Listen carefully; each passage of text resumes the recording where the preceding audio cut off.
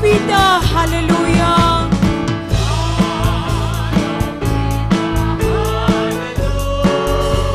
Pathen agal kone. Tui khang len galang. Lili hoy la a Krista pe ngahi. Ama anga lo pita a. Nang lagay ibaw kiken. Bithen na dia athi bange. Thiu hite mihin na dia. Pathen agal kone. Amen. Alo pita, hallelujah.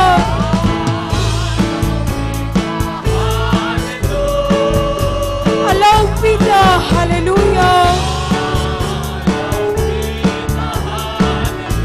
Alo pita, hallelujah.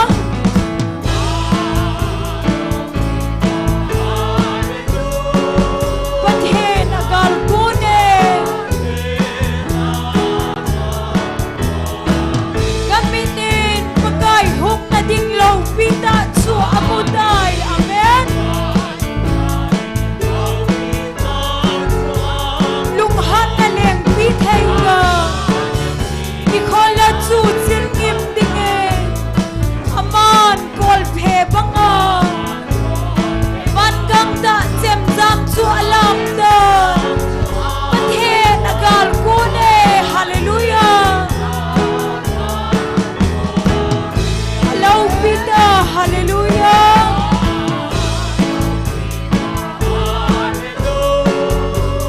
Alo pita, hallelujah. Alo pita, hallelujah.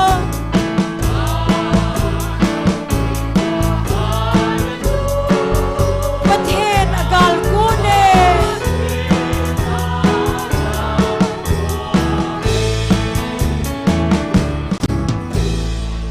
Hallelujah. Amen. Chung van mun no ma kon hat sa ten la sa. Chung van mun no ma kon hat sa ten la sa. Alaluku aleng pawang agoy son. Leisen lungdan lungsin na ahyal tawe.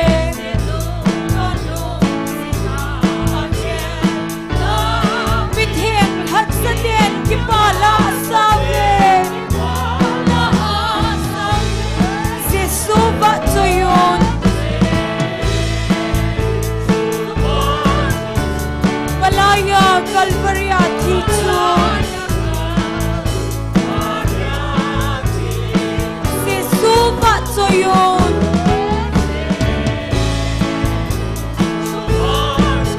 Tunsot kaya dia hingkin chon.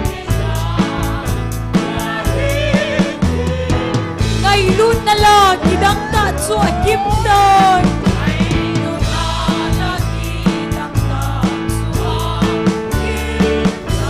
Ata sanding thau nam tui ta abang me. Amen.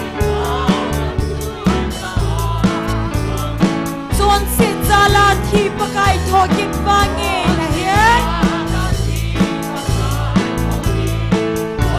Vai hom tiu pakai to atun so na.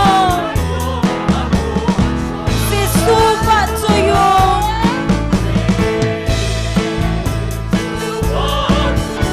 Malaya kalbarya tilson. Sesu ba tsoyon. Amen.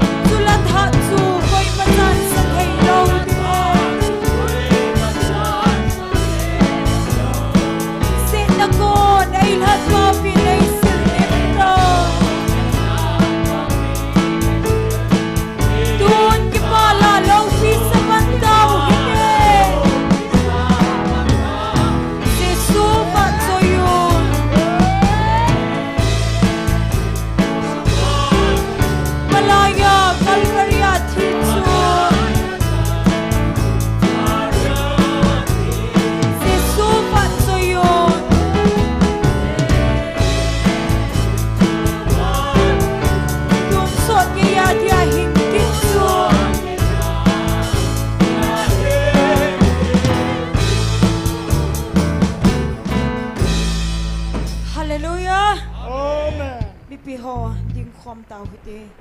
chungwan gama ka in got sao nim me kai nim kai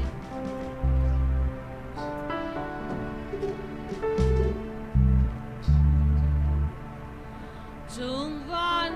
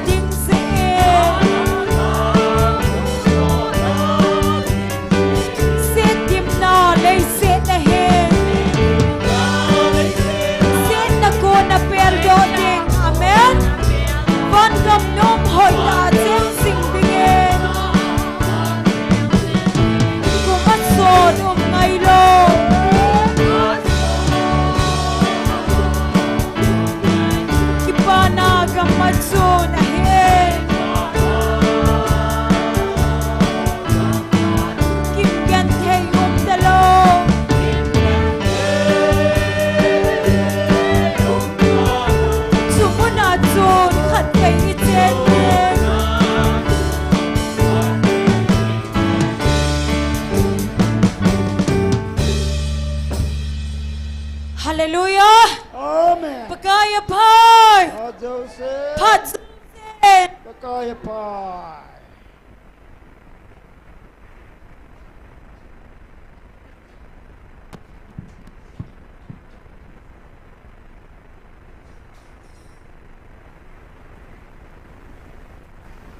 ประเทศไบเบิลเทียงขัดหินซิมดองกะเตซ้ำซ้อมทุมเลลีจางซ้อมละเกตลุงทิมกิสิเตเหงอปะกายหงนายจินอัลฮะกาวกิกิมบอลเตจูอหูหิงจินฮีประเทศจันเชวานินพัทเทโบปิวฮันตัวนี้กิมันจะนดิวตาวนลำกายดิ้งปาเซอร์ทางแนวประเทศว่าใจละสดิ้งปาคูคูบ GMFDI จุเลนูวาวาจุเลนูเนียมจะหอยอมอจังกูอากูนาประเทศว่าใจละยังไงเดี๋ยวเห็นประเทศก็มาตัวนี้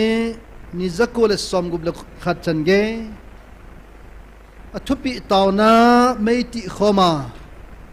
ตัวนี้มีเดียมเส้นแห่งความเทหอนั่งจอนั่งจาวว่ากี่ยังคงจาวเทจินประเทศก็มาคิปาทุนเซลทินประเทศทางว่าอุเทนอาจิจะมาปุยนั่นแหละอามาวางตัวนี้จันเกียตาวจาวเทหงจาวเทเฮวินประเทศทางว่าอุเทนประเทศก็มาคิปาทุนเซลทินสุดแล้วจิงนี่คู่ฮี counseling class เวลจักรและสอมทุม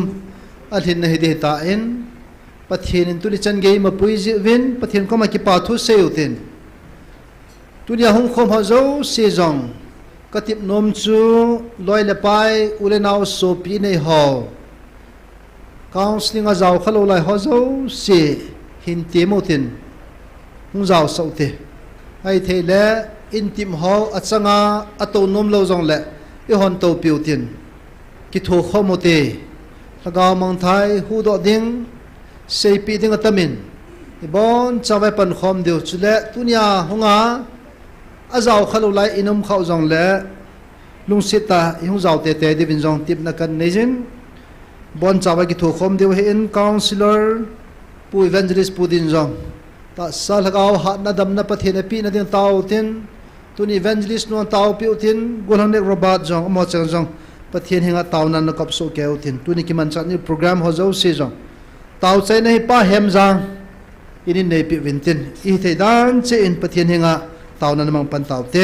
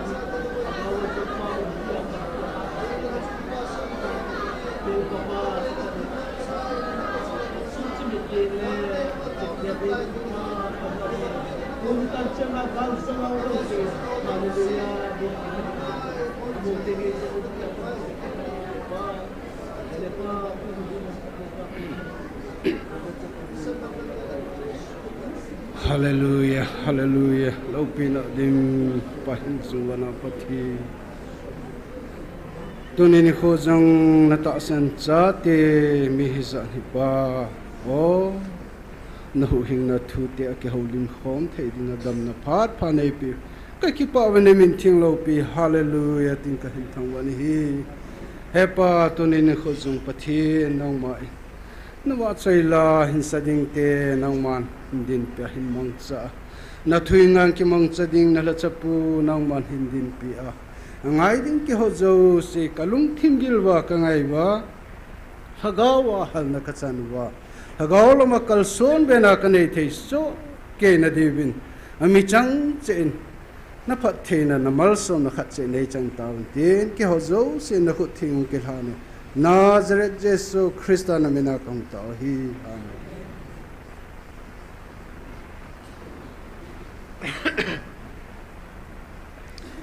Pathian va chaila sadingin pa khukup le nu va amani phat kan pi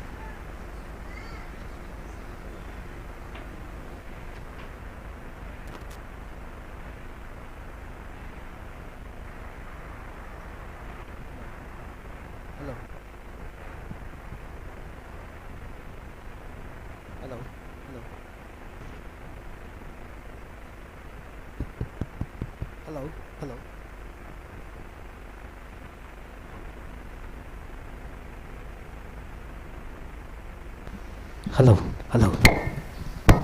Mas ben benin ni khopa ai piu pathin thangwa na ipi masawe tu ni pathin wa chuina dinga ka hin sa do num su leng sa te i hi ve ti hi pathin wa chuin ding hin sa nge hello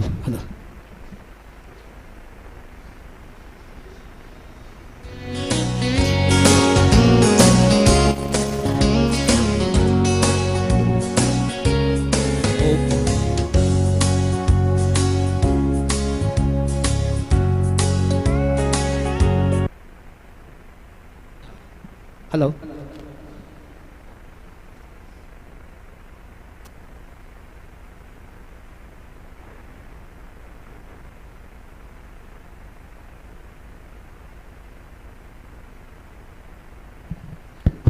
Hello. Hello. Hello.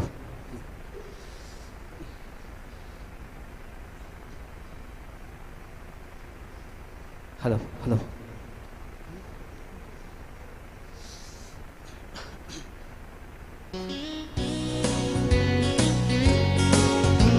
Hello. O baka hi ka din mun hi Halloween kai hin ko hi lung don na lung zin nan kamang tai ka ven na lam lam hi tim bin kamu kamil hi lo nani khu atam nge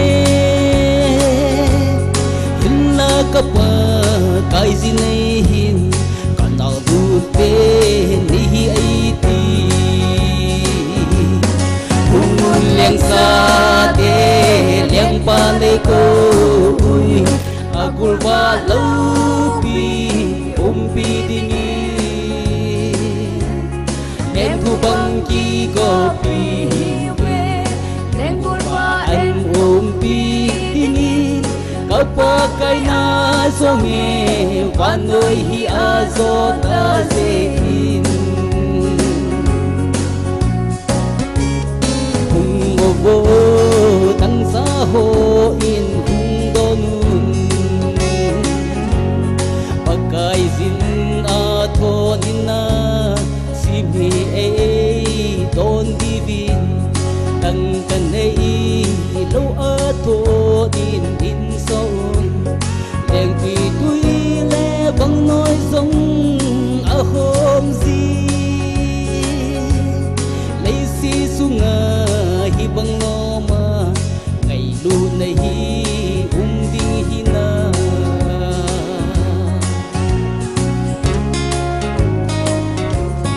lấy hi mi nuôi nung hồ pam bay na cầm kan hing dâu bôi cả số lê cả đồ say xin na hin la ma cái gì mê mà ho ana đồ khang anh cuồng ai bol pi ki gì alo pi nghe cả ki pa na phun dâu bôi hallelujah leng sa te leng pa te ko ui agul ba lo pi pi dingi leng ku bang ki ko pi we leng gul ba en pi dingi papai ye a songi va noi hi a so ta se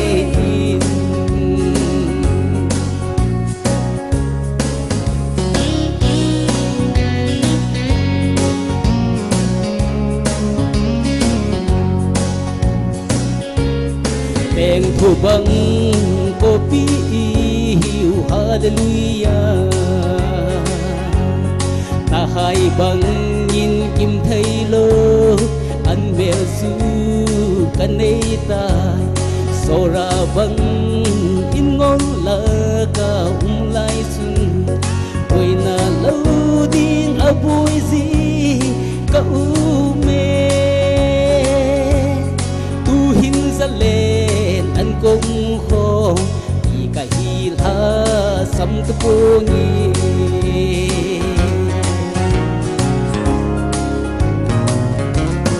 là lấy xe tu gi ho se tha din so pi hin zon pi min le in na en ko mung ding nên sen lâu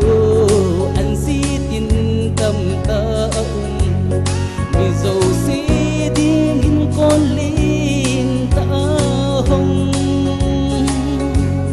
dù anh cố ngờ xuân theo lê gen là gì lâu giống ông ta pro muốn leng xa thế leng qua đây cô ơi agul ba lâu pi pi dingi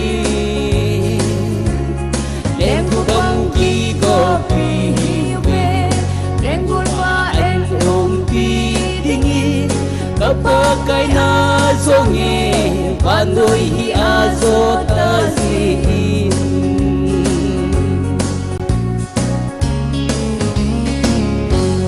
thenin bon sawading pha thei ku pitauhan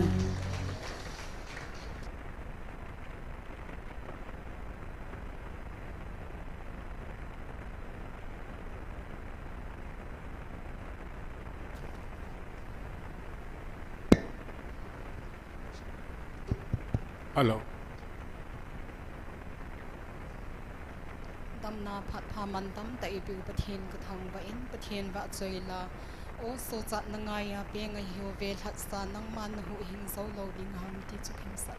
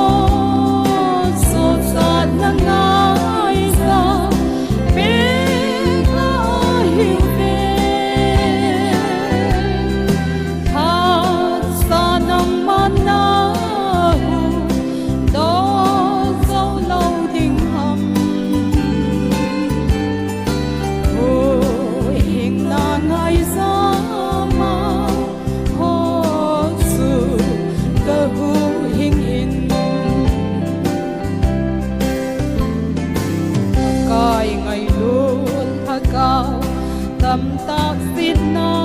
thu ta nitin apha tu ka nan amang so tau ve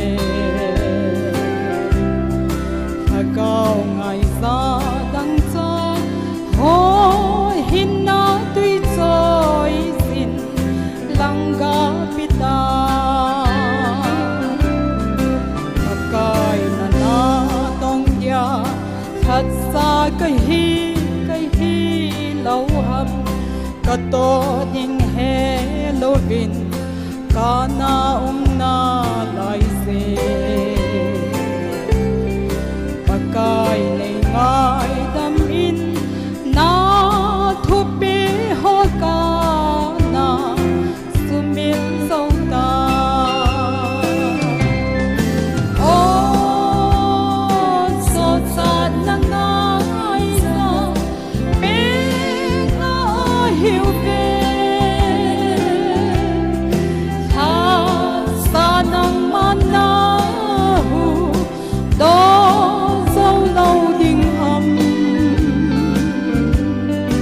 ô hình na ngày xa mà ho su cơ hu hình in pakai tuan ka kipan dai na lengam adi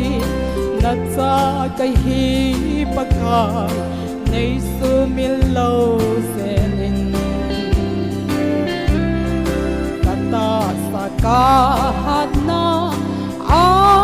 pumpin nang adi kaphal thing ta o so sa na ngai sa pe na hiu te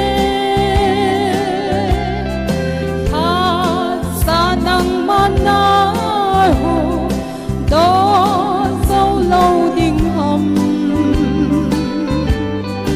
hu hình na ngày xa mà ho su cơ hu hình in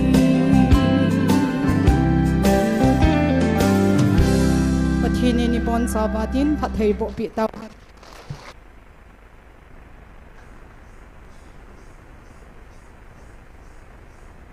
เห็นว่าใจละไอ้สับปีเทนุกิปาปิวบัลสันคุณหาเบงนะเบงกินเอาเตป้าจำทั้ง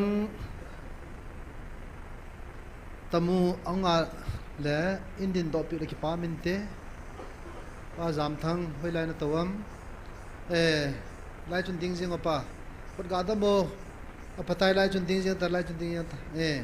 จะไล่ให้ป้าจำทั้งมาตมูอากูนเห็นตัวนี้เอวลาหงเทกิปาปิวสันคุณอันเบงอุเตก็พัตายปานตัวเทตายตัวตาวน่ะไอ้ลำไก่เดียวปัสสาวะทางแนวอามาพันปิวตินอามันตาวน่ะลำไก่สุงาอนุเนียมจ่อยประเทศว่าใช้ละสดิงานเก่าดิ้ง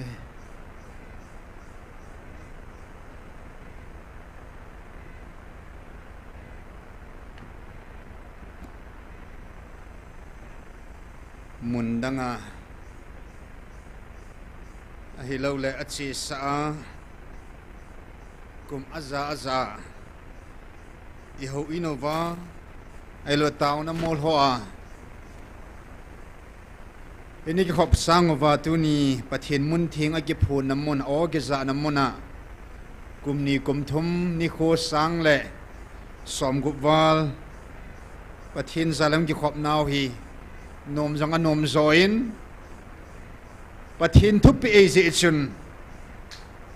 มูลาตาวดิ่งจงเฮโลอีโหอินาตาวดิ่งจงเฮโลปะกายินเอวิลนาวโออิจะสุงวาอากิพูนน้ำมุนอีตาวเนี่ยดิ่งมุนมองวาอีตาวนาวฮี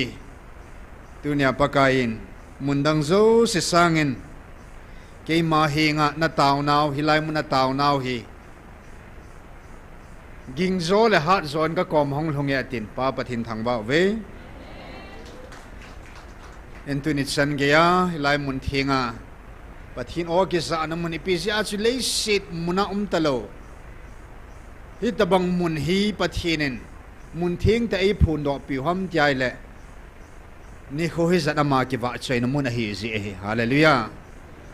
chile pakai amma ta laga wa ki phun na o ki za na mun ei zi achu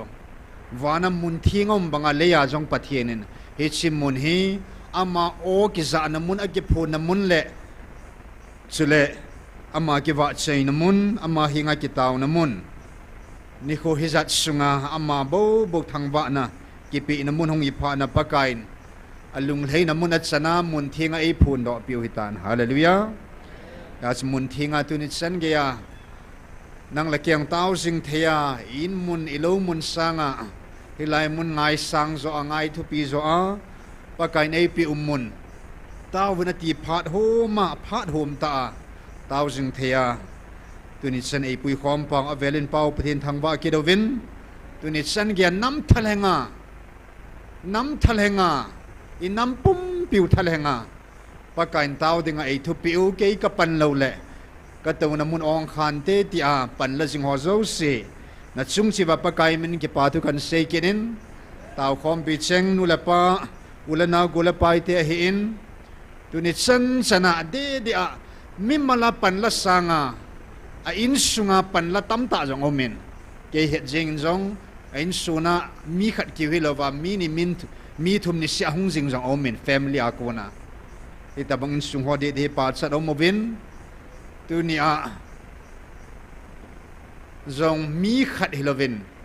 mi ni mi thum mi ni sanga tam zo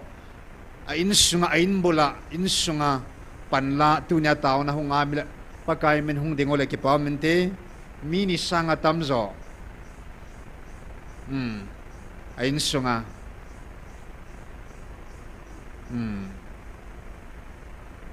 mi ni apat sung lam khut ben na piu te hallelujah pakai men to pitawong ki pa momongen pakain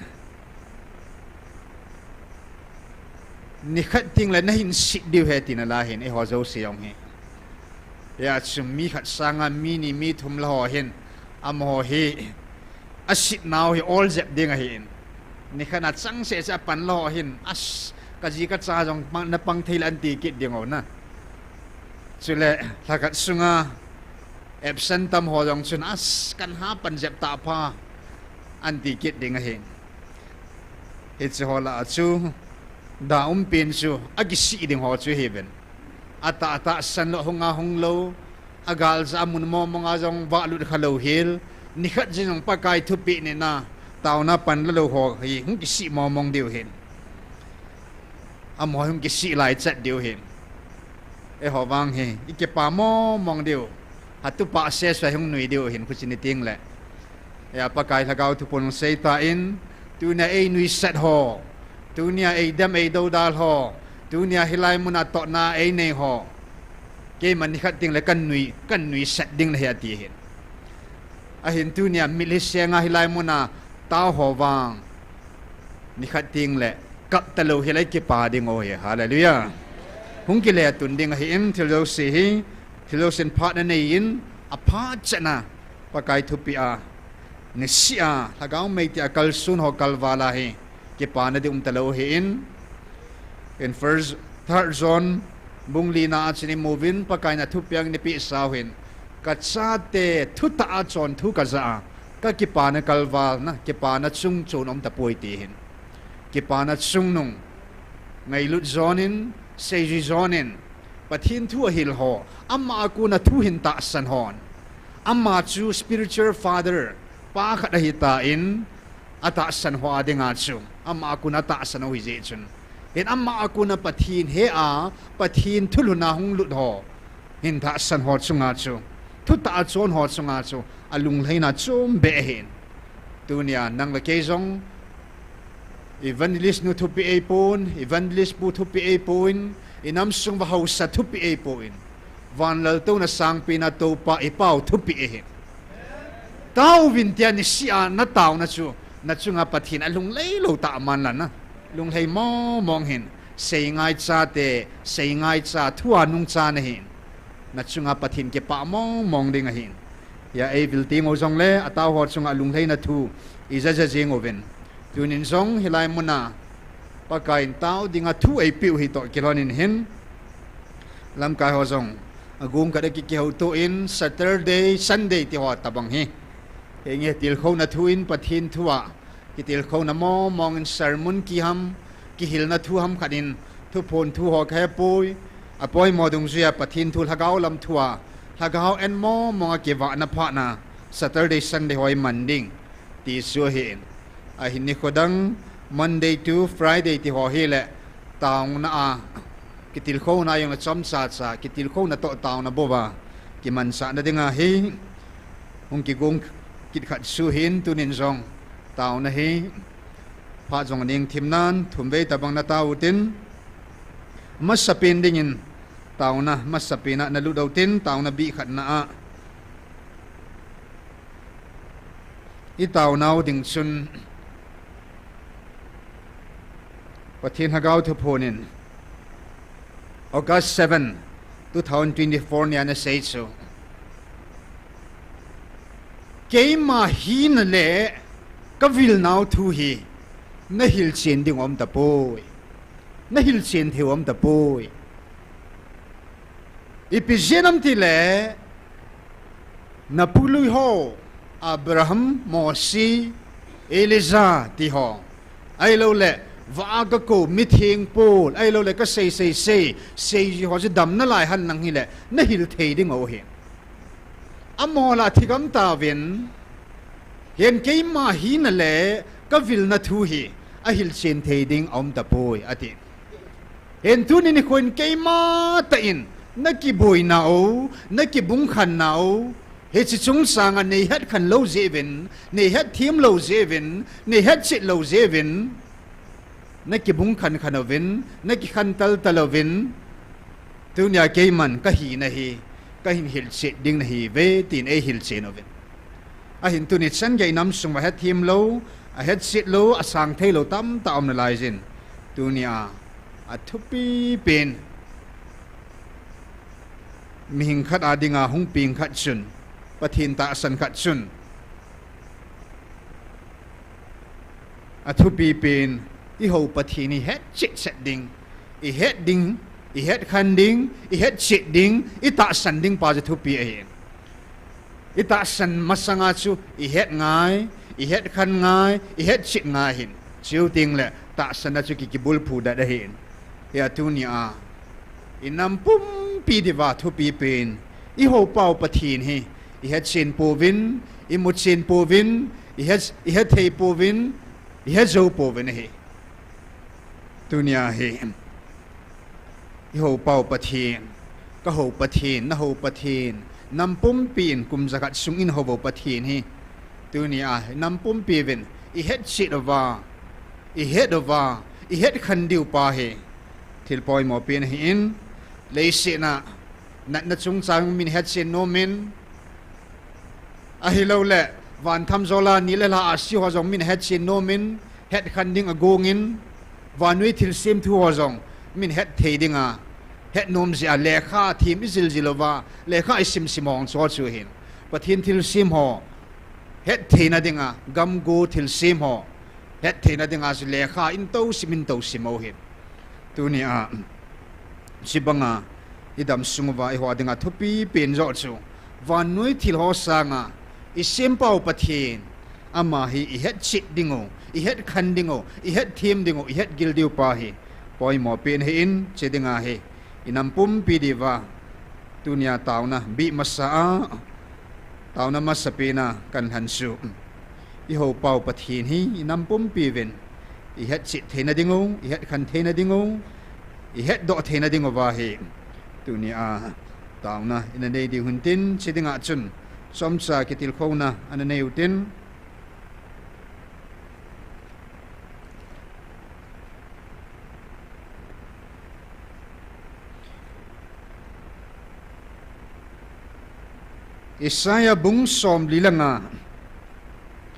Isaiah bung som lilanga chang som mila kadapanin som mila thumin sim ngai hung do vin lang na chung thu hin poludun chule amma hon lunggel khom na neyo han masang lai pe apat hitchi anaza sa jing chu koi hiya khang lui lai apat hitchi phung do ji chu koi ham hitchi chu pakai kiti ke ma he kan hi hilo ham chu ti a hin ke tai lo pathin dang om poi pathin ta be hu hing pa ka hin ke tai lo adang om poi ka hinga hung ki he jun lang hu hingin umun leiset kul kim vela mi te izina mi ti le ke mai pathin ka hin adang om poi ke le ke ka ki ha sil tai zo se thei lo pathin a ki ha sile a ki ha sil na thu hi ka kam sunga ku ni na hung ki le kit lo hel ding in thu chang di khat apot tai he chui pi ham hin sim nge ka hinga khubu zo se dil su a legui zo se ki ha sil ding hi ati pathina thu phat thei bo pi ta hon lang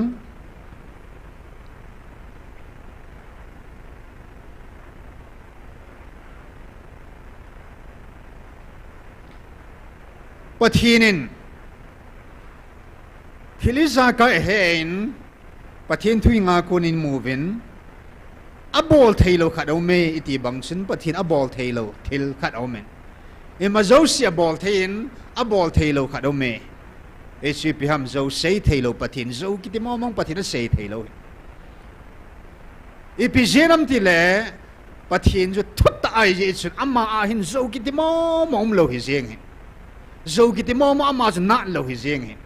zo wa kam ke ding kiti momong chu abol thailo hi jeng hin sibanga chu pathinin thil zo sia he in pathin a het lo khat om ki de ipi ham tai le ke thailo pathin dang om khapoi ke man ka he khai hi le ke man ka he mong poi ka he khai hel poi ti ama thailo pathin dang om lam hi pathin het lo ahin la van nu ya hin mihim te hoin pathin khelin pathin tam ta lima ki sim thu tan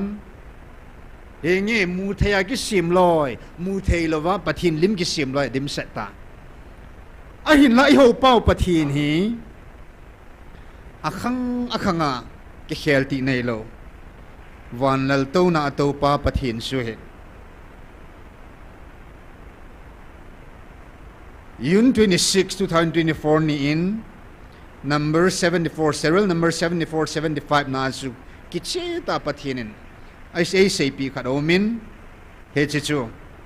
he chilal to na chung nung pen su ka dala poi atun sara ka phu da hi ta bo ve ti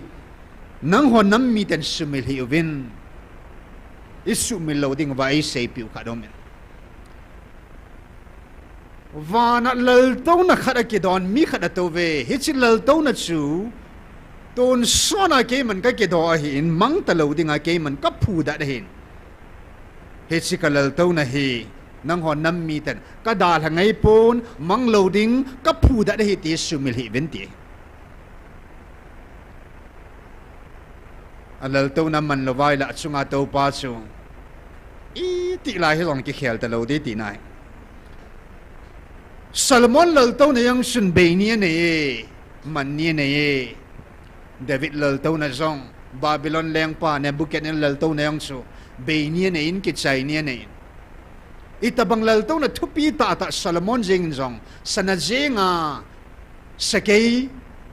somlani lang lim ne ya lal to na ki sim wangin a lal to na chu amang ta ne tu ni san ya lal to na ki do dan pu ahin van lal to na wang su kat sa te ka nam dei han ten hedging ovin tôn sona mang lo dinga ka phu da de heti hallelujah ai le vana lal to na khada ki doin tu chung tulha sorry tukum January tarik som thum la khat thu phona chun sei ta in pa a uma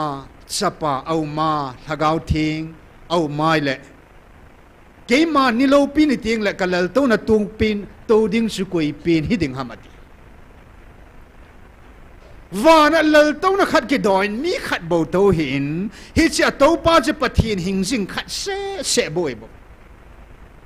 amma teilu pathin dang om puin amma teilu amman zong pathin dang om lam he puin i mazo si hesu pathinin amma teilu pathin dang om lam he kha lo a het lo he le ai le hon vana lal to na achun lal to na thum lang li lang i do pi vin ni lang i do pi vin tam tai do pi vin a hin pakain vana lal to na khat tun so la ka phu da de ti zon ya i ho pau pathin hi tu ni a inam pum pi vin ka het chi ni ti hon jang het chin pu vin a de a isu pi Judaism ho hen Jesus Christa hi mi thing polin Christa hi pathin het na le pathin chi na het Christa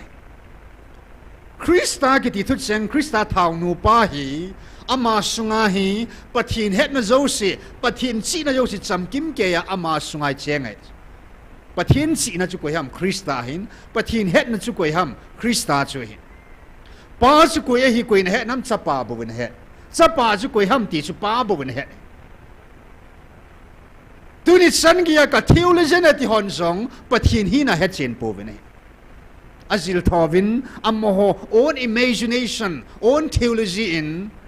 own interpretation in own philosophy in own imagination in pathin cho sung tu vin wana jong chun lal to na thuma do pi khal khal ni do pi loi thum do pi loi om pathin nang cho hom khan khan na lai yo vin ahin lai ho pau pathin hi tu sunga ama ta in avela vela hoi ta pathin na pathin hi na sei chit na hi na het no mai le August 7 2024 tu phun ni to tu chung tu koma January tarik som thum lakhat 2026 ni tu phun adang nang tam ta sei na hi te ni ajan sim la chon pathin ama hi na a pathin hi na ki chi ta e sei pi chu na mu chi ka mu chi ding hi ki chi ta pa kai nei sei khan pi ui ta in Juda te ho in Krista Messiah Jesus chu apido ay na pangun adaw dali na pangun apangun akay sang na pangun at hadin na pangovin dunya ay honam miten amo sanga ichon patnaw chu Krista chu Jesus Messiah Krista hiti ta sanovin ay wangin ita san pau Jesu ipau ikasa kitawin ikasa naw si piham tile Jesu hi ipatal de vin ikihom thang de kita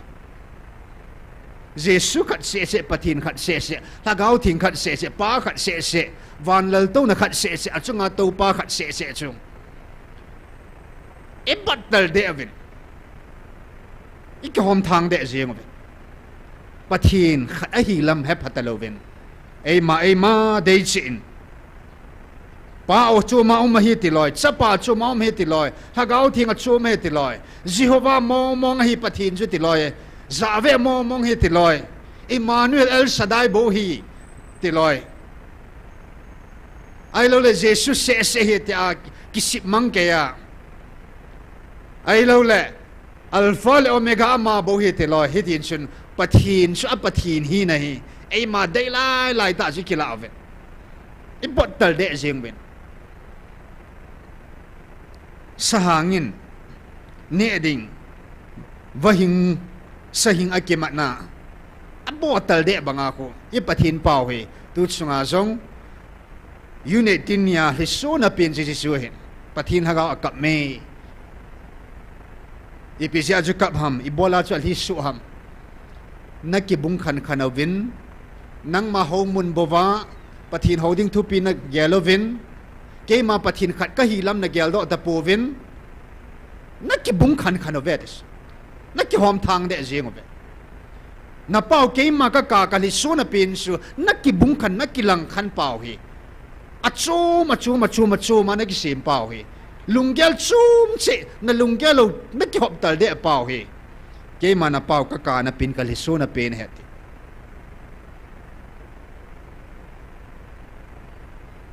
ni kha jong vanilis ni an seita in i baptize san na min minang ki hop thang de uta so pa pathin sa pa pathin hagau thing pathina changhon ho bung choma ki sim diu jesu christa mina changhon a choma ki sim kit diu pathin chula khat se se hinga i chan na min minang ki khom tal de ta so e za ve za swa misaya min mo mo chang di hebrew solomon ki ti ting le e pawang solomon ki ti hin akut yai le pathin min chu hebrew pawa Yeshua Messiah ki tiai le ibola min chu Jesus Christ ki le do di hom tia Yeshua Messiah min mo mga chang om ki hi cholong chi in tu ma chuma ki sim ki pathin chula khat se hi ita sandan le i chan na min le ei ma lunggel put put dana ki hop khan ki hop tal de deo ki hop thang de jengo tu ne nam pum piu khat hong hi theina ding le iung ki pum khat theina ding le tui banga hong lun khom wa iung ve khom wa iki hon theina ding o chu amma sa pen pena thudang ei pun pathin khat chung chang thu hi i het chit pha lo iki bung khanau be ding hilai muna na hong zinga zong pathin khat hi na hi na het chit lo wa na mu chit lo vai le inam sung ba pathin ho ho zong hi na lunggel na hop khan tho tho dis hilai mun hong zinga zong pathin khat hi na chu na het chit ta ta lo wa na ta san ta ta lo vai le lunggel chum chum pu pu kum ve ta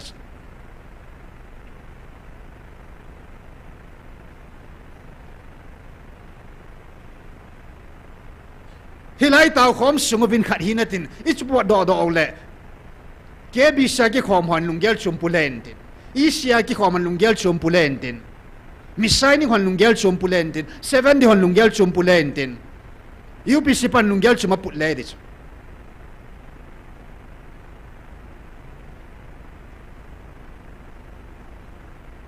ya korin ho bung hon song ke pula ka hi ke petra ka hi ke apollo thu sei them pa ka hi ke krista ka hi ta ki hom khan khanawin am hing lunggel oi bo tu na ei mom hing lunggel lung su tu le i pathino in he lui pau chun ei hop khan khanoi bo hi chi su a chi no mo wa ei ho bung bo chu pathin ho vai ki gelova midang ho dan di lo vai gelova nang bo pathin ho dan di ta na ki gela midang chu milim ho dana i malawa na sim na chu koi si dang ai po nang ma hing lunggel he bo ya dunia pathirin ei ko na oi vil now kum ni kum thum hong len nu nga hi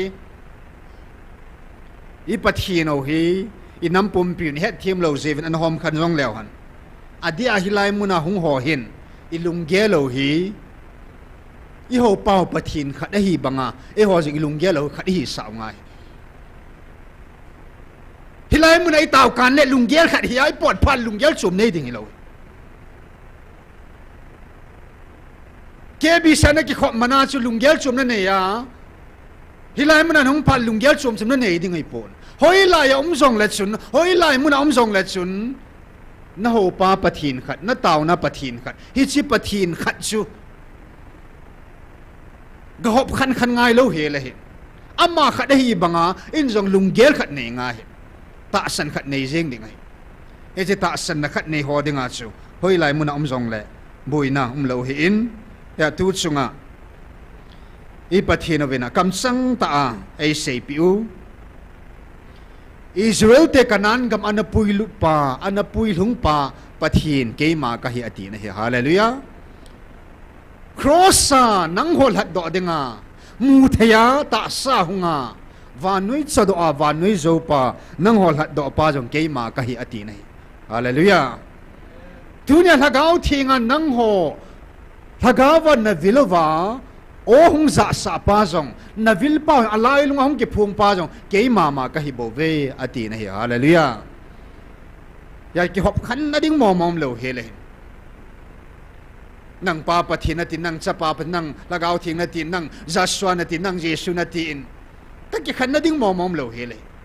pathin chu khat se boi bo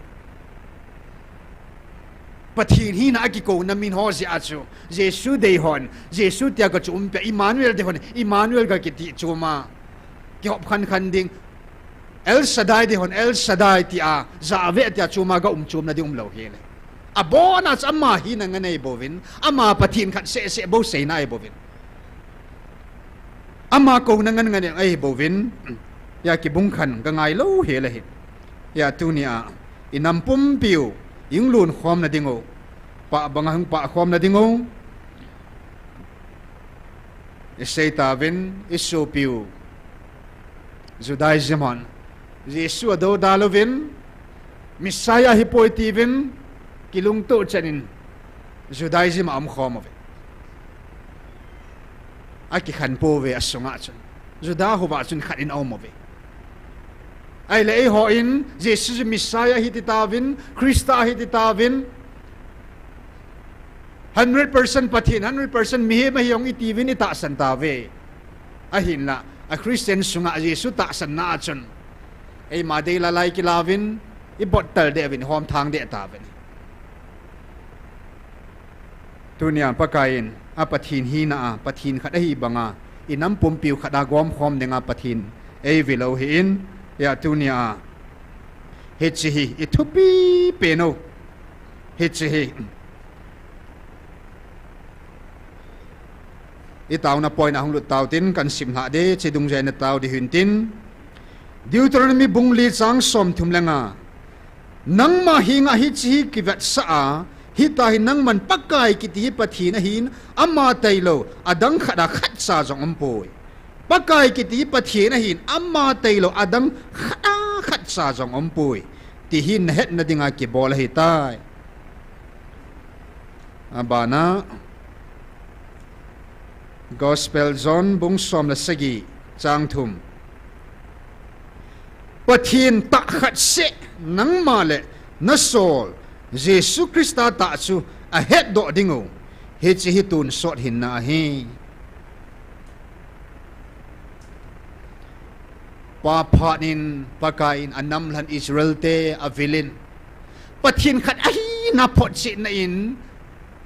na kidang thil kidang mel chi na tam ta na bolin hi chu van nuin adia anam lan Israel ten pathin ta khat sama bo pathin hi ti ahead of pathin dang mama ho lo na ding amma bo ho na ding wa pa pha na pakai na anatong ta sa pa pha na amma ta samu theina hungin Israel te ta sata na vilkit ta in hiwachun pakain Jesu tauna chun John bung som la sigi chang thumi Jesu Krista tauna hin pathin ta khat se nang ma le na sor Jesu Krista hi a het do ding o hi chi tun sort hin na a he jong men hello jong me ai va he ho ding in chun Jesu zu koi ham pathin ta khat che chu koi ham ti chu a he do ho ding a tun sort hin na hui ta tul hagau pha na hi chimuna pakain kum ni kum thum sung ai vil sung wa he hilai mun hong ki phung hagau thing hi hilai mun hong ki phung o iza pau hi alai lunga thu hin sei pa hi koi ham inam pum pi ni hedo theipo a hedo zo sia ding atun sot hin na hong hi ding hi hen tu ni khoin inam pum pi i ho pau pathin ei vil pau pathin hi koi mong ham ti hi pathin hi na het chi na ding ovin inam pum pi divin haga wa het khan na pathin hi koi ham pathin hi tabang ham ei vil pau hilai mun hong ki phung hi tu ni khoin midang ka hepoi ke wang chin hilai muna pathin o ka za nya pana pathin ka do hin na hagawa kun het khane hi je chun pathin hagawin het khana pi ho chun alai lunga ki phung hi koi hi het khan diu hi hagawa kun het khane bo ve chi nai na khan mong po na te na khul di dia ming lu bu limit nei a khon nei na lu na khul di dia na ngol lo ding ai ming hi na het zo thei poi pathin hi na chun na khul zo che po ai hagawa kun het khanei je chun hagawa kun ei nam pum piwin het khanei nei na dingovin tautin ani na achun pathin adei pen van we le sit pum pi sanga jong pathin ai pen adei pen su hagaw khat hi amma akuna amma hin akuna hin ape mi he ma lagao hi pathianen amang thai dinga si mai lo zin ait ma mai ama jang amang lo hi bangin hin api lagao jong hi pakai aman ding momong anom po in hi banga hi ai da hin vanui le sit pumpi imu diu gam tip ho imako wang lung ding ho sanga jong pathinin ai zo chu lagao khat hi in nam sungwa lagao mangho kel ngoi wa mangho zo si pakai adei pen lagao mang ding tao vin ti chu hin e chun inam pumpi win I ho pau e vil pau pathini I het sit wa het khanova I het thim na ding ovin I het sit na ding vin tao tin chile lagao mangho na ka piu te lagao mangho dingin ana tao te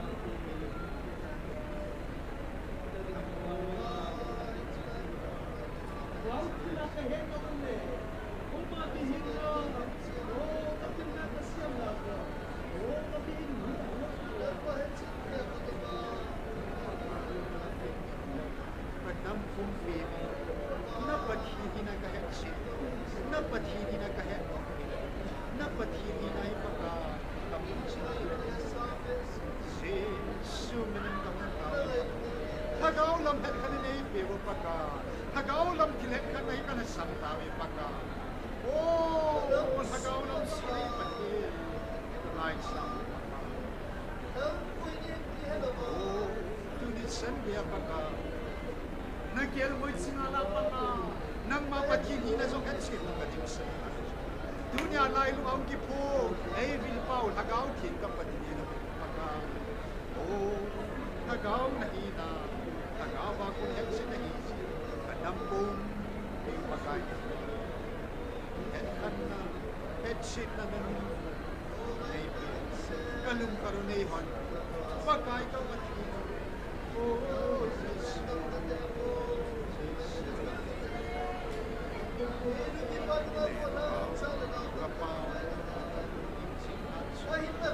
dapat ini pakai headset ini di kamu set ini di pakai kan hagau nanti oh sorry san head kan hagau ni head set hagau ni oh pakai head kan tidak hagau ni mood set tidak hagau ni kan hagau nak kamu kan nak kumpiu ni pakai kan hagau mit bana hagau mit hi mit bana nang ni ni bilo nawan lo na hagao yan son sinatana hagao mamay na sa o son sinatana o pagay pati amen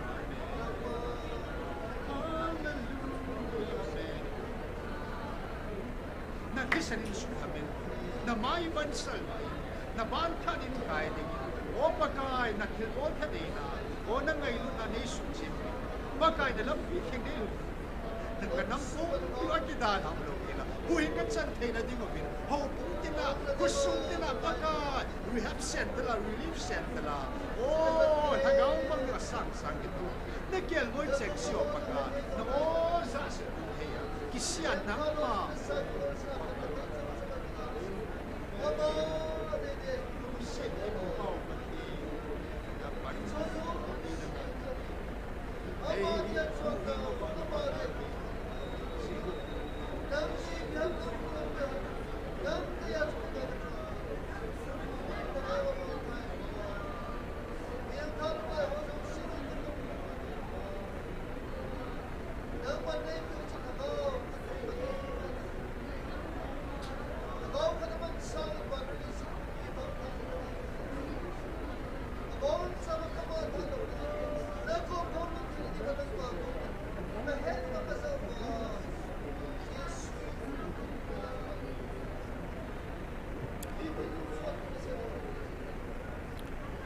Amen. Hallelujah. Hagaw sina, hagaw het khanna paka kalasam tave, kavat tave, kanampumpiu. Judate banga mel sina kahol ta zibin. Greek te banga China ka hol kha ta jiwen paka na lunglam na pathin hi na kan het sin ta po tunin kan nampum piwin nang ma ka het sit thina dingo thagawa het khanna thagawa het sit nei piwin lang nang na dei na it pen thagaw mang akidal ham lo hela kan nampum piu hu hing ka chan thina dingo vin thagaw mang kel ngoi wa mang ho ding in zong hung ta vin na jesu menin ka in thum khom ve amen nu nem zoi ba chela sading nu nem zoi na ko te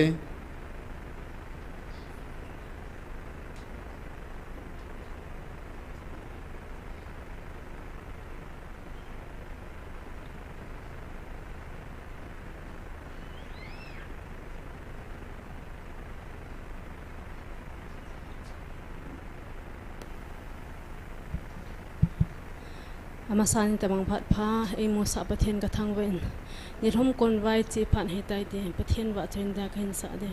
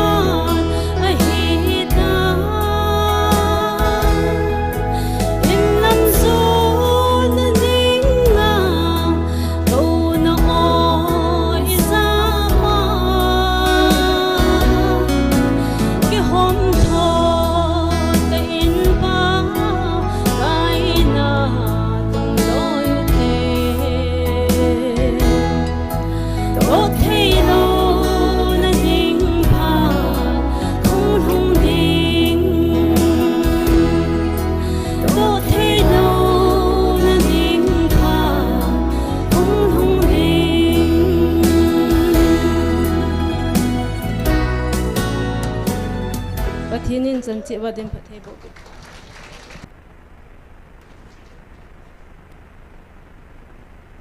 Ke pau me bi ni nan na lut ke đầu tiên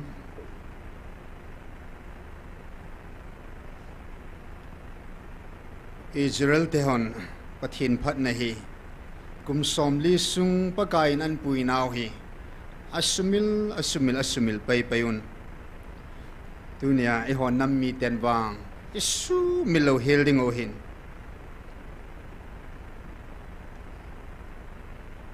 tu sung e vilova gale sat piwa o aiza sa jingwa hit sane hin lut pau pathin adia kuki chanu kuki chapa asuna pa khang som sunga hung ping ding hoi zong le pathin vil na chang pathin ngai lut ko no za hi na pau hi e ti la ya zong i pathin o isu milo ding o nam dang in simil zong le e hon wang isu milo hel ding o nitina pakai phat na hi kel do jing ding hi na su mil ni le nang na lam vai ji ding hi Israel te galana sat pi a amor lengte nam sagi nam len ta nam sagi Sion leng pa hin ok leng pa hin leng len ta tai lonin leng ni pu mo silam kai nain pu Joshua lam kai nain leng som thum le leng khat pa kain alat sa te ni mang sain vanui kanan gama leng chiat gal zona pakain anapeven galana zopi ne ta sa leng ho zong zolal mo nei po leya lel ton ho chunga jong tha ka nei gal ka zoveti pho che nein vanui leng men thang zo se jong pakain akem to chut phan an nei na hi hallelujah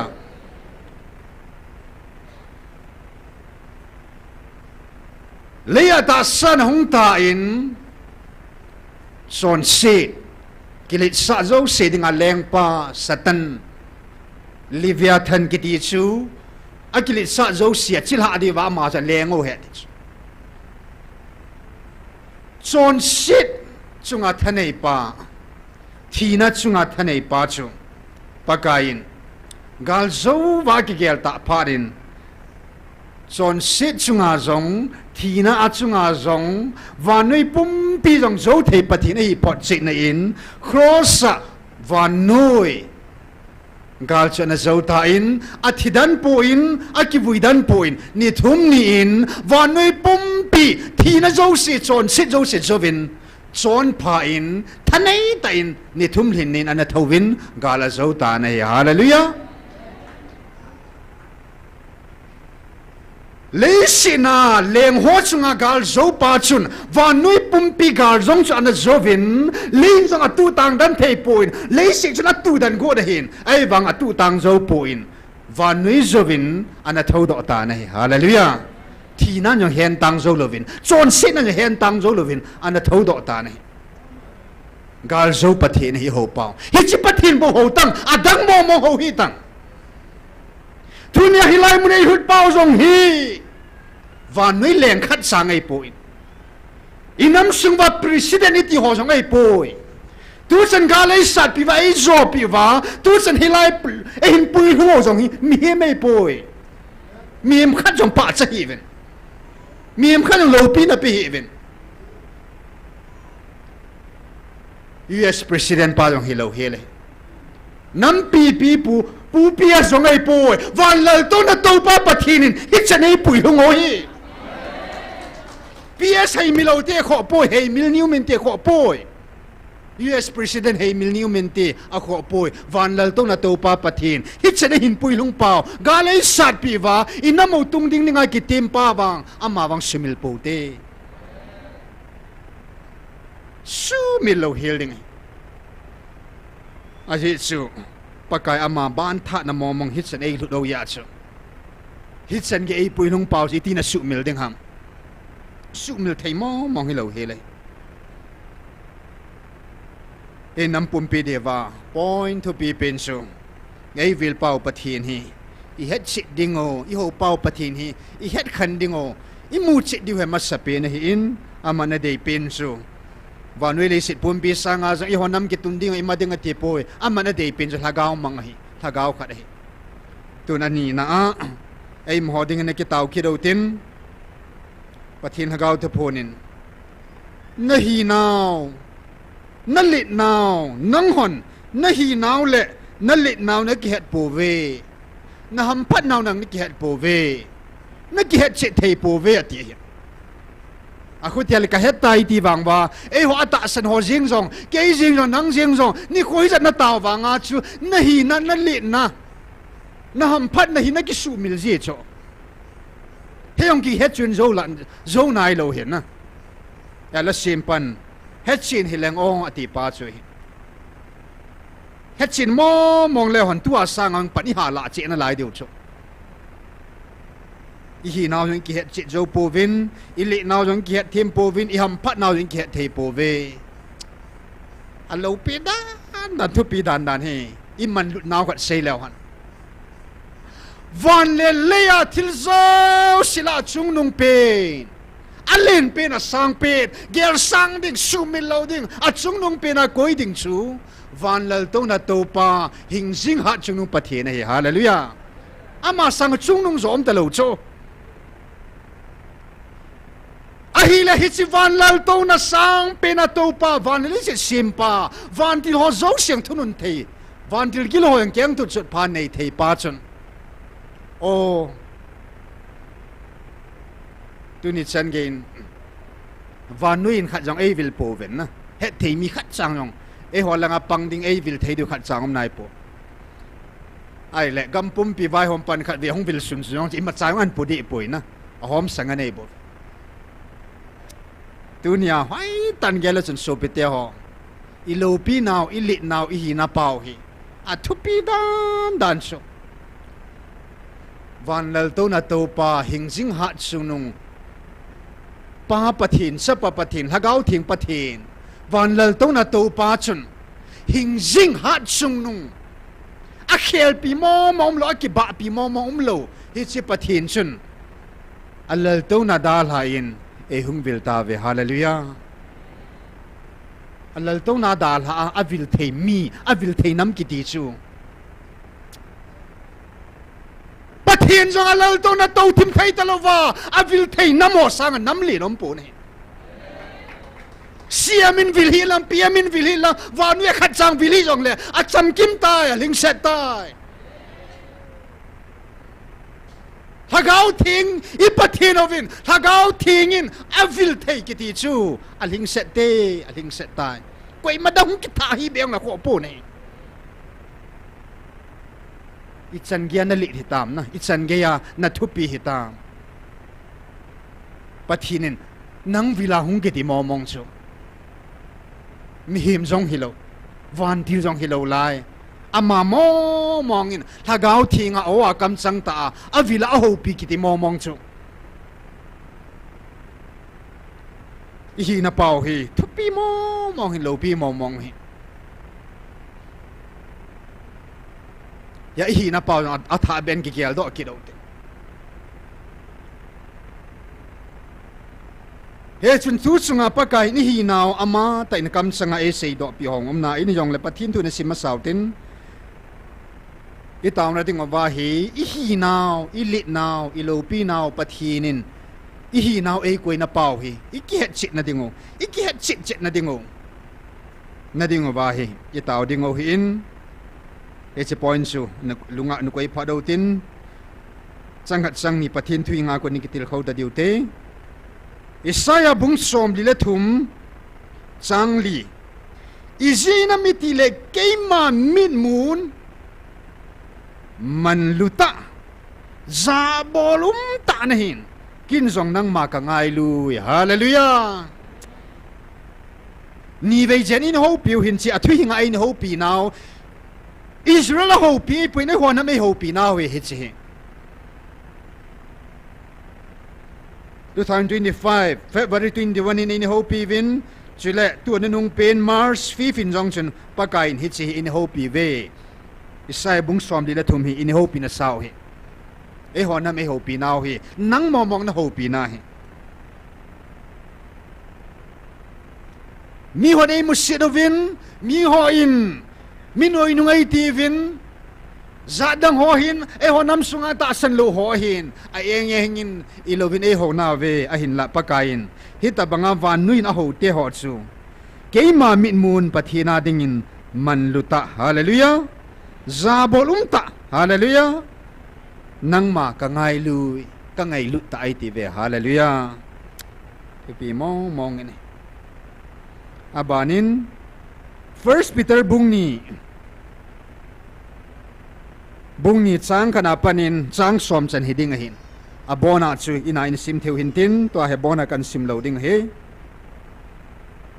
chang ni now sen so tha bangin halpi be hil thagao bong noi chungai jin umun he cha chu hu hin lama na khan to theina dingun hallelujah anu yang kan sim suk lai ding helpi be hil thagao bong noi hallelujah thing sa di chu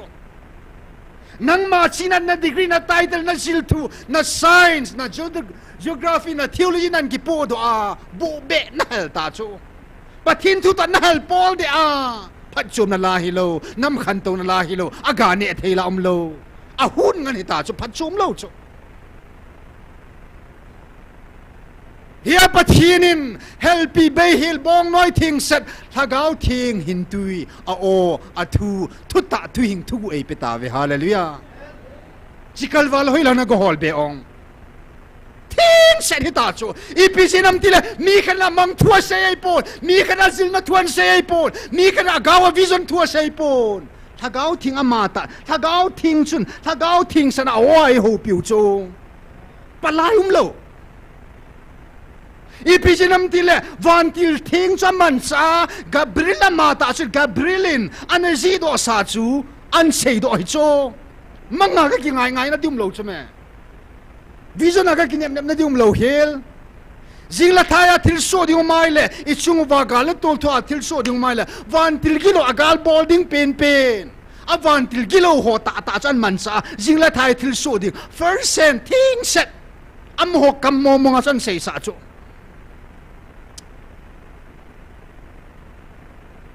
ilo pi nào pathin ei ngai lu nào sang mong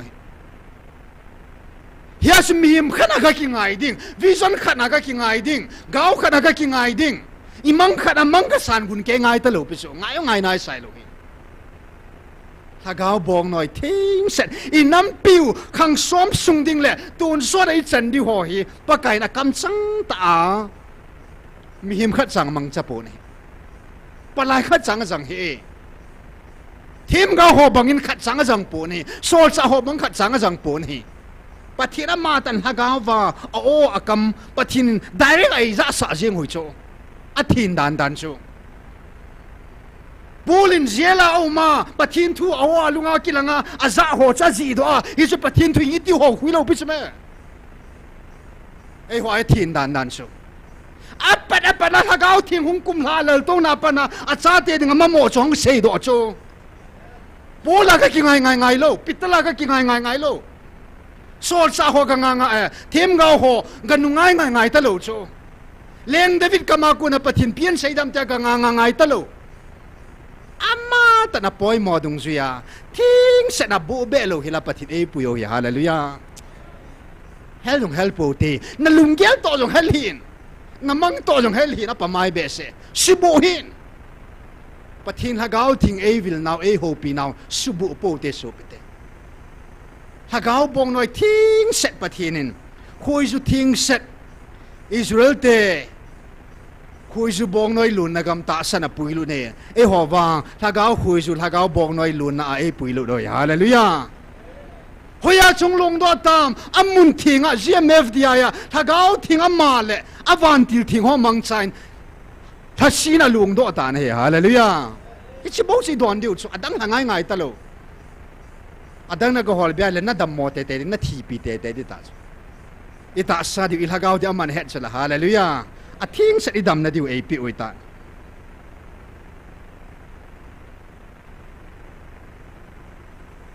อาบานินจังทุม nang hon pakai chi milung sit the hi chu na tep khau hi ta le hallelujah pakai chi milung sit the hi chwa zo se pi jang kun do ham ti le pathin milung sit na ngai lu na zal hung kun do ngane he hallelujah avan til thing mai kali bola pi ong angai lu na ji I bola oi za sao jang angai lu na ji I bola achiru bei pi ong angai lu na ji I bola van til ki lo kyang to chut pai nei pi ong angai lu na ji mazu se angai lu na ji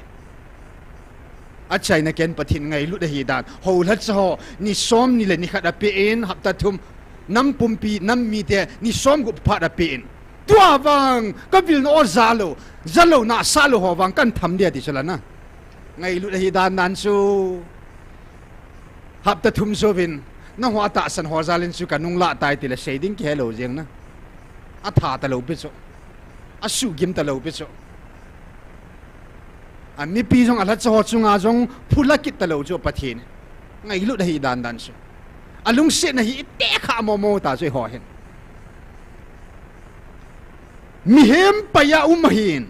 อะฮีวางินปะทีนดิ่งอาเห็นตุมเละหินนัสงปีมันลุตาอะฮีฮาเลลูยา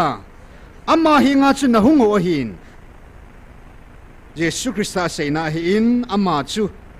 มีเห็นไปยินอมินปะทินดิ่งอวังเห็นตุมเละหินนัสงปีมันลุตาหินอัตสันหัวดิ่งอวังอามาฮีกุยฮัมติเละอัตสันหัวดิ่งมันลุตาหินเยซูจูอัตสันหัวดิ่งอวังอิตาบังฮัมอินสหนอไปอยู่สูงสุอันนิงอปีปีนาปังอาหิตายอัตสันหัวดิ่งกิปเปลนัสงเละสุขีลนะสูงปีสุอาหิตายYesus Kristus vanuya vilin ataasan hodingin hinna huhing na manluta sutan ataasan lu hodingin kipal na hulham na sutan dunia jong pathin hagawin hilay muna o ta evil now hi ataasan nang lekedingin leya khang som patay chan na hin ilhagaw ta dinga su chan na etain van muna dinga van gu ilu na sutan hi hallelujah hinna lekha bua a hinglai changa o ta kam sang ta ka ji lut pi ta ve ti amin ki ji lut hi ta ve hallelujah pu es banga chu amu pil daw hi ta lo cho a kam sang ta na iza mo hi ta cho a ta pa ta cho ki mu pil daw hoi lo chu mang le bulong hi lo pe cho o kam sang ta hinna lekha ba na mino ka ji lut pi ta ve hallelujah pathina matan ka jilu tai tai le hoya sin mangas nan ko hol be ham na ta san det chan lang min ki jilu hom ding dol jum la chnai ta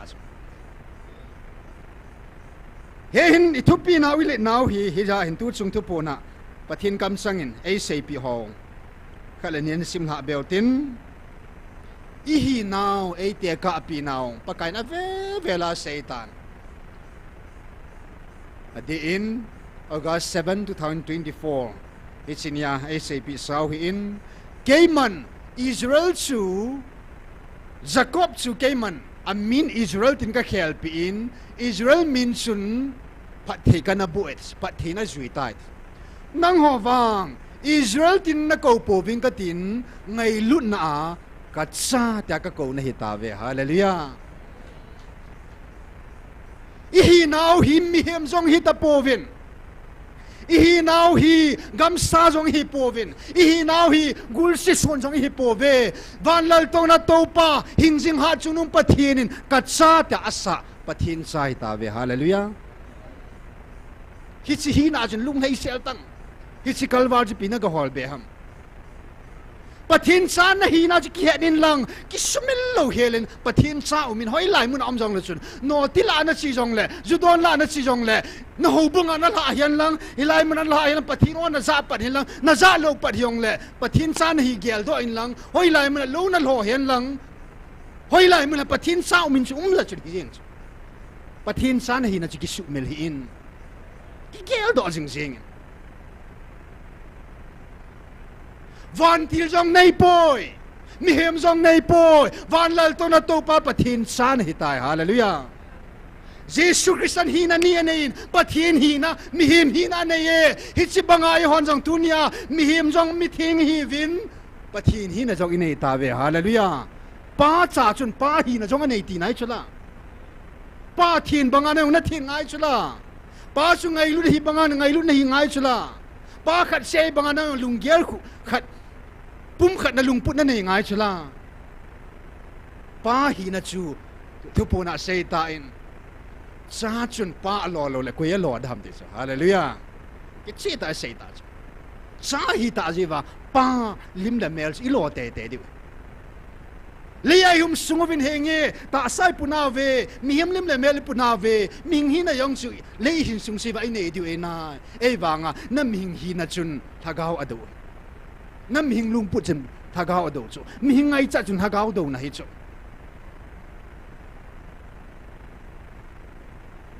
mi ho vedin mi he ma hi na jesu cha hin la asunga chu pathin hi na jo si cham kim ke a cheng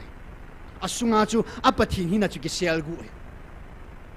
ya tunya nang le ke in song mi him hi na song in nei pathin hing jing ha chung pathin hi na in nei pa yong so hi si pa i give on ngai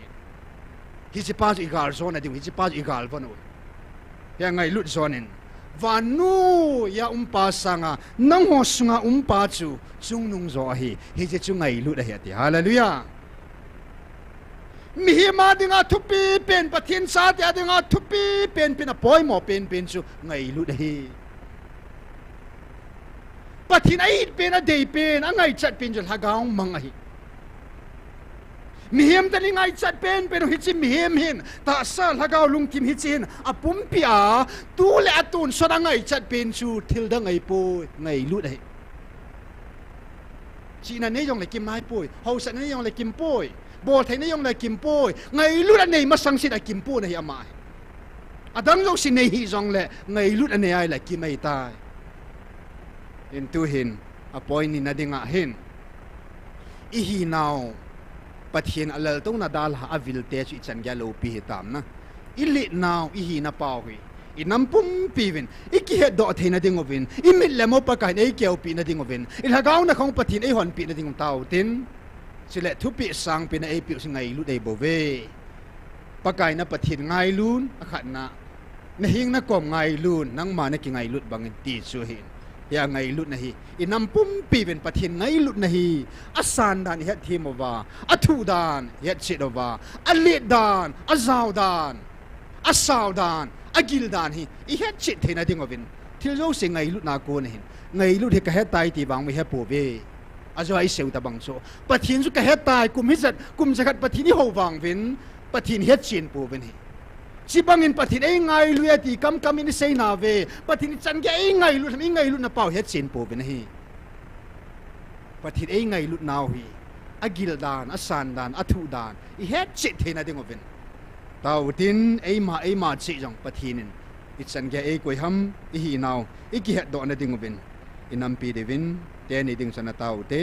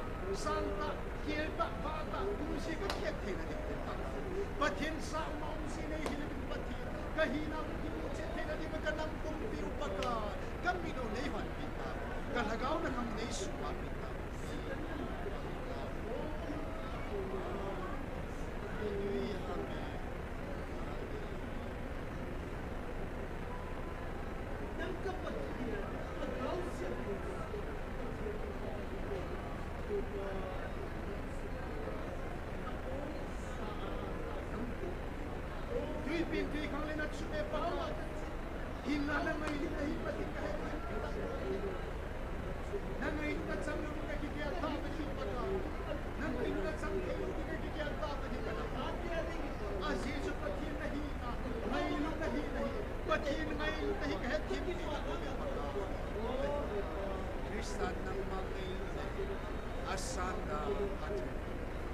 asausi agilsi pakaelim kahetiam kinali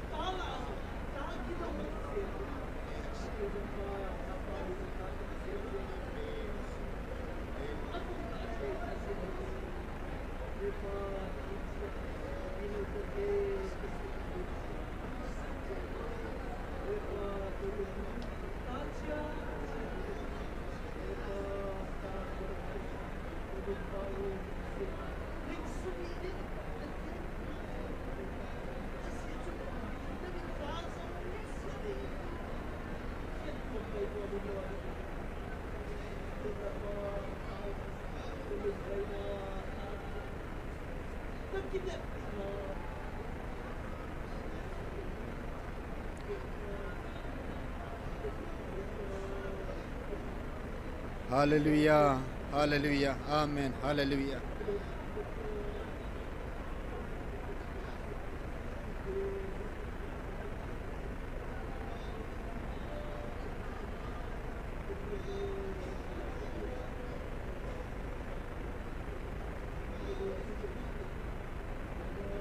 Amen, hallelujah.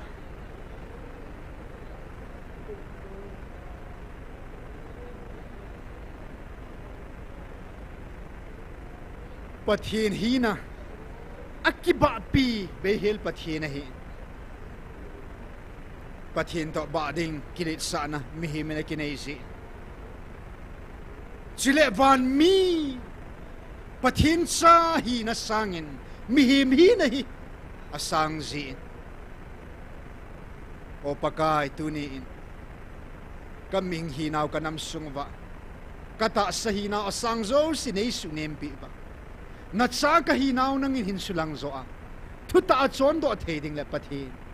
nang ngay lut naw hipaka kahet sit ba kamuchit su kay na ding bipatin nang ngay lut na hikanam pumpiu nay musa tawin nay hat sa tawin tiin Jesus Christ amin ng kaong tao kaong kilove amen minit ngat sa ome na ding ote tuhin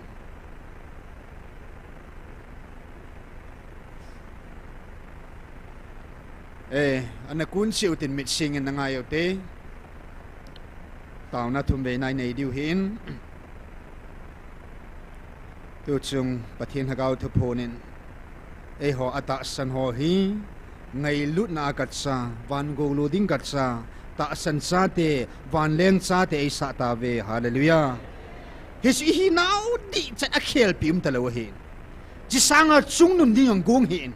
jisanga nui nun bedi ang kumsu di ang gonghin pathin sa na hile pathin sa umsin umzengin tutsunga taasan sa kat ihinawa pakain ay teka apiu chu na melmate ho ku jut sa mga kasim ding nang hohi sa kay ba kay mga kasim ding nebeti hallelujah as sa kay hang ta mga galsa nga pathin ay ko hallelujah sa kay ba kay to ay teka win pakain nanampumpiw kitundo na di nga SONGPI na hive ay tive hallelujah kutya ili mo po na sa niyaw hil po na hi nampi kitundo na ding SONGPI na hi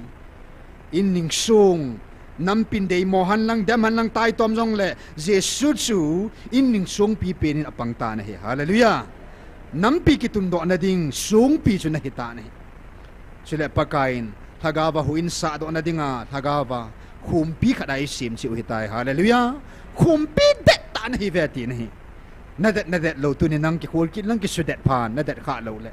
kumpi det nam pumpi i ho ino lagawa ho in ki phu do na dinga ki tun do ki na dinga chile pakain thingphung to jong ei te ka ve hallelujah itabang thingphung ham lui pangat ke thingphung to ajesu hin tui phung to job ma thingphung na hita ve ti ve hallelujah akutyai le nampi na ga ne the ding hi hallelujah ana zong do jing ding aga jong ka phan su ding hi hin tui to job ma hi jing ding ngain thingphung to pakai nei te ka ve chila pakain ga pha su dinga keima hinna thingphung su lengpi gui chi keima ka hin nango ata san do khang ho hi do khang atu ho hi aba na hi ve ti ve hallelujah aba chu kile sa ding thumpoi iloham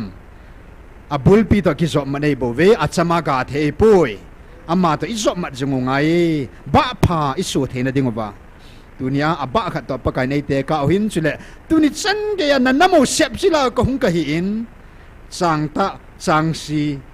tu hin nang ho ko za ta san ho hi kalan do chang ta chu na hi ta ve ti kidove hallelujah ei neu hil po ve na hi na ho hi na tha ben ki gel do chit ki do tin tuni ni kho in vilta momong i be se jeva i lo pi jeva i ngai lut jeva i hi naw hi pathinin athil siam zo simang chain agent le ta ve hallelujah amma ta jong e vil ta ve tu hin ilungkil cheva pakai ne hung vil kit ta vin tin tau ten na ilungilova ke ma ogin hung tau ka tin tunia da tau zon hai tan te kapa vanale pakai milo chalte ka hiu na het sa sa milung ta te milung kho te ka hiu jang na he a hin la mi thing pol banga pakai nangin hisin namin ga su te vin te tin het jin na hin na thu pai van ya pulu do vin te tin het ji vin pakai nangin si pe pha heding in nangin mi thing pol na ko bang nei ko vin no nei sa sa ta ve nei ko naw hi ga ka su the na ding ovin tunin nang ma hi na jong nei het chit sa vin lang ke ho ka hi naw jong nei het chit sa di vin ka taw ki do ve tu sin ka taw khom na ho nei ngai la pi vin lang adia o pakai van nui nam dang mi hing dang mo mong na nei lo van til hol van mi hon e o chat na lewu pathin vil cha de ka hi naw hi che koi di jong wang e pu gun chu wang hi lo chon phat wang jong hi lo tao hát vang dong hello nang ma ngai lu na wanga na lel to na ko na ngai lu na ti hung lung do za la ka chan theu he ti ka heaven na min theng ka thang wa ve na mi pan jong na hinga taw na nei ta tunin ke ho jong ka hong taw kit ta ve ne hung vil kit ta ve nang ma o te lo kinep na ding mo mong ka nei pu ka kyang diu ka lampi di wa me wa le khuwa chu na vil na na o bo hi thagau thing nang bo na hi thagau thing nang bo na hi ka pathino hi Israel tin El Shaddai Elohim Emmanuel tin na koven ke howang Emmanuel tin ka ko po ve thagau thing tin kan ko ve ke mo paung yang yala nang nei vilawan o nei za sa jevin jong na min theng ka thang ba ve lung senin kanamo akidal ham lo felin o na tin do ka sin nei vil jingon lang o tu la sungin jong pathin phana sal nei hung vil kit ta vin ta ka taw naw he aji chu nang man negative na thagau thinga ka building thamon sal thagau thing kan solding na kai hoi diu na pui hoi diu tia ka kitip na agul na nammi te na hitawe nei ti ve hallelujah sol cha te ho chung bawa lung ham ka ti le ki ho chunga yong alhung in na min theng ka thang ba ve ne he chi na ngai lu na za le hin wa nui na ngai lu na chu cross a ki chai tan ki ho nei ngai lu na wang GMFDI namun thinga kamun alai jovin hilai muna ki chai ding yong ai pon na tun so na van muna nangin tun so na beilo ding an nangin na ngai lu na ka chung ban na koi je na min theng ka thang ba ve van mi te chung na lung chan kim bangin na nam hlan te chung na lung chan kim ta han tuni dama program nei zo sau ke pa thu se ya jing na khwa zong ki pa thanu man mun thinga taw khom dingin na sipei zo se nangin nei pui khom ki ta venti in na van til te na van mi te ki thu pin na jong ai sa in e hu hing wa ka pa kai de ta hing jing na ju ji shumen kaung taw khom ve amen